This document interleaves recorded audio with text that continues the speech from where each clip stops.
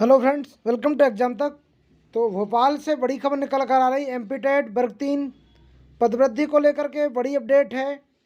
आप लोगों के समक्ष मैं आप लोगों को बताना चाहूँगा पदवृद्धि को लेकर के। उसके पहले आपको जानकारी देने जा रहा हूँ कि 7.7 पर क्या अपडेट निकल कर आ रही है और 7.7 के साथ पदवृद्धि पर क्या अपडेट निकल कर आ रही है, उन सब के बीच में आप लोगों के समक्ष बात करूँगा। उसके पहले अगर आप चैनल पर नए हैं, सही और ऑथेंटिक जानकारी चाहते हैं तो बिना किसी देरी के चैनल को सब्सक्राइब कर लीजिए। सब्सक्राइब करने के बाद बेल आइकन जरूर प्रेस कीजिए।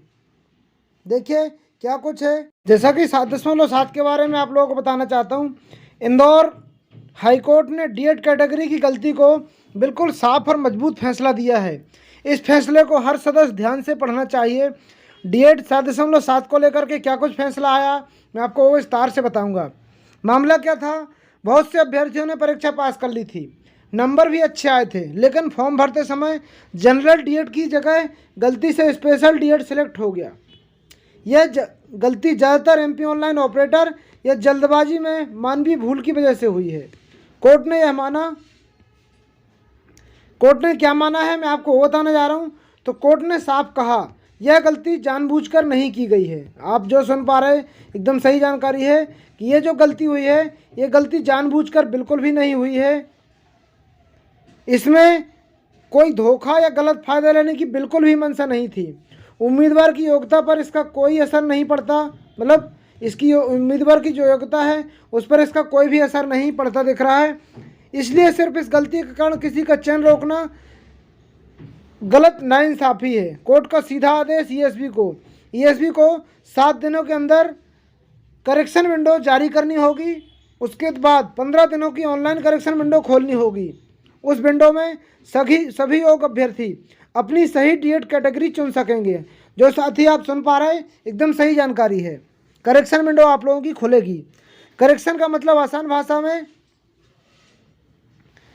कॉरेजेंडम का मतलब आसान भाषा में होता है, मतलब इससे पहले सूचना जारी करे, मतलब ईएसबी सूचना जारी करेगा। उसके नियम के आधार पर संशोधन यानी ईएसबी खुद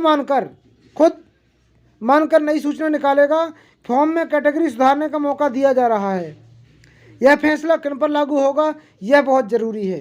यह आदेश सिर्फ केस करने वालों के नहीं है। तो मैं आप लोगों को बताना चाहूँगा, काफ़ी सारे अभ्यर्थियों ने याचिका लगाई थी, उनको बहुत बहुत धन्यवाद।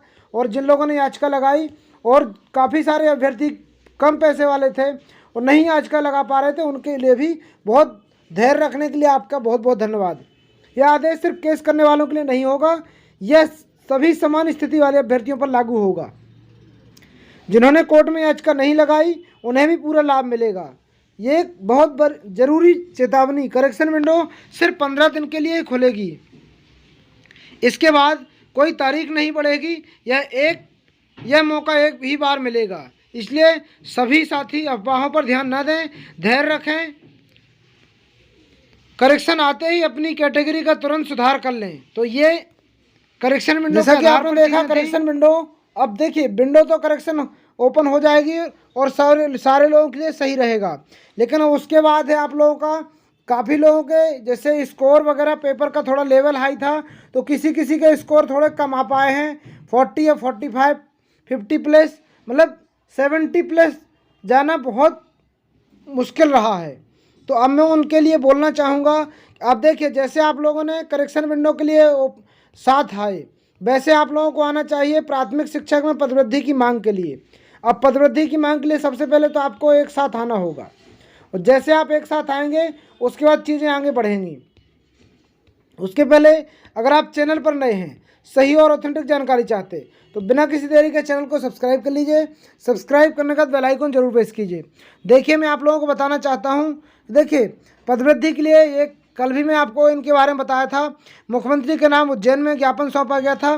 तो ये मैं आप लोगों को जानकारी दे रहा हूँ, ऐसा ज्ञापन 55 जिले हैं मध्य प्रदेश में।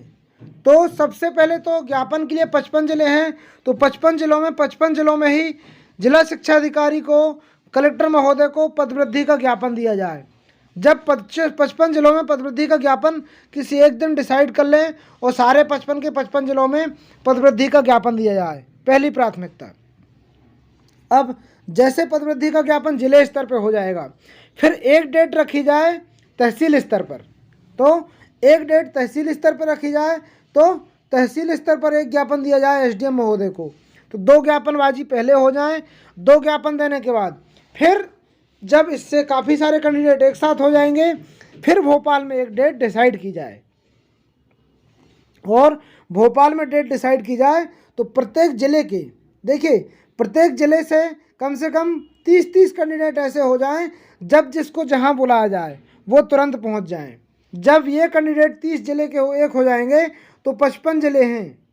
अगर 55 ज़िले के 30 हो जाएंगे तो आपकी ये संख्या बहुत अच्छी हो जाएगी, यानी कि एक स्टार्ट करने के लिए बहुत अच्छा रहेगा।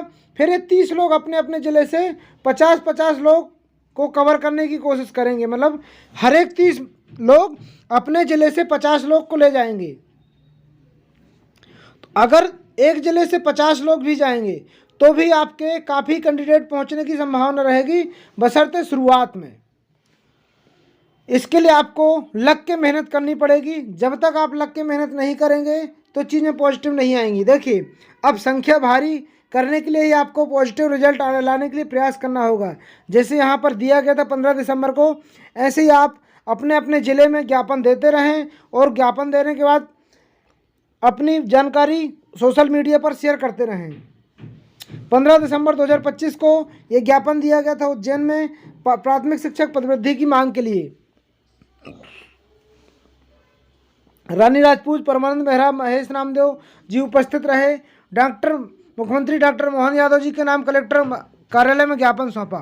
ज्ञापन के माध्यम से वर्तमान ज्ञापन के घोषित लगभग 13,000 पदों को बढ़ाकर 25,000 विशेष शिक्षकों के पदों को पृथक विज्ञापन से पुरजोर करने की मांग की गई। मतलब ये एकदम सही मांग है। 25,000 की मांग कोई ज़्यादा भी नहीं है, क्योंकि आप देख सकते हैं इतने टाइम बाद भर्ती का आना, और अब 2028 तक भर्ती हो पाएगी। आप देख सकते हैं अभी प्री का शेड्यूल जारी हुआ है, अब कब मेंस होगा और कब चीज़ें होंगी, तो 2028 तक आएगी ये चीज़ें। इसलिए अगर आप अभी सजग हो गए तो आपके लिए पॉजिटिव रहेगा।